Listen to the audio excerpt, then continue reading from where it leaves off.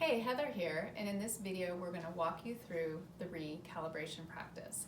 Now, we got this exercise from Stanley Rosenberg's book. It's a great resource. If you don't have it, we highly recommend it. He calls it the basic exercise, but because we lead clients through so many different exercises and it was kind of confusing to call it that, and because we love the word recalibration so clearly, just in that one word tells you exactly what it's doing, we call it the recalibration practice. So what this exercise is going to do for you is move your autonomic nervous system out of either that sympathetic circuit, the stress when you're feeling stressed, or the dorsal vagal circuit when you're in that state of shutdown. And it's going to activate the ventral vagal circuit, which is social engagement, and this is where you want to be and what you want to tone and exercise so that you have optimal health and well-being. Now, if those words I said were a little confusing, don't worry, we have a longer video on the polyvagal theory that you can access in the link below this video. So Moylan's going to walk us through how to do this practice. The first thing you want to do is to explore the range of motion in your head and neck by turning your head to your left and to your right, and doing that maybe once or twice. The next thing you want to do is, sometimes it's best to do this in a lying position because you want to make sure that your head isn't deviating to the left or right. Sometimes our head has a tendency to follow our eyes. So I'm going to demonstrate this way by clasping your hands together, bringing them at the back of your head on the occiput. The elbows are wide, and that stabilizes your head. Now, there's a number of ways of doing this. Maybe you might have a choice of doing it with just one hand.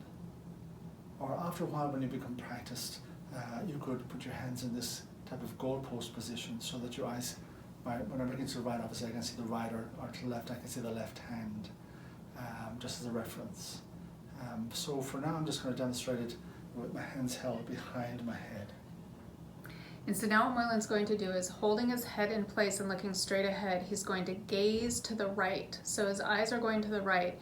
And we hope you're following along with us. And if you do this, you may notice that it feels a little uncomfortable or tight. And this is normal because you probably haven't done this exercise before. It's just like learning something new, going to the gym when you haven't been for a while. And what you're going to do is hold this position until you notice a shift. That's going to come through a swallow, a yawn, a sigh, a change in your breathing pattern, or maybe some tumble rumblings in your tummy, is what I'm trying to say. And once you notice that, you'll blink back towards the center. Now, if you don't notice any of those things, that's okay. Just hold it for about a minute. Then now he's going to look to the left. And if your shoulders are tight, go ahead and relax one or both of your arms like Moylan just did.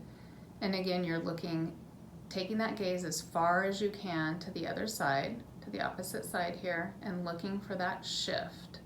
That shift is going to be a signal that you've relaxed your nervous system.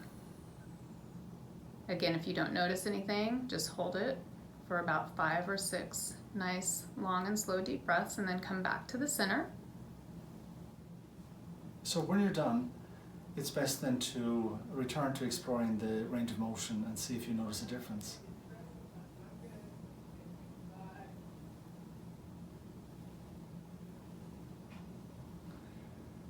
So I'm wondering what you're experiencing after doing this exercise, but for me there's a tremendous shift in the range of motion and the ease in my neck and in my shoulders. The reason being is that the eyes have a neurological connection with the muscles at the back of our neck, the suboccipitals. And once they release their hold on the fascia, on the brain stem. There's a reactivation of the cranial nerves, an upsurge in the blood supply, the oxygenation. So there's a higher level of function. We go into, as Heather said, a ventral vagal activation.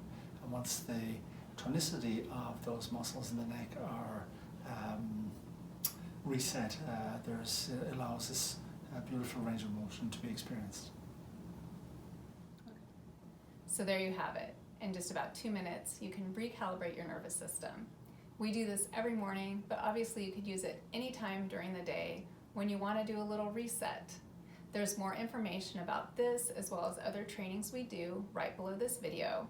And if you found this video useful, please like it and subscribe to our channel. Be sure to turn on the alerts so you can be notified of other videos that we upload. Thanks so much for watching.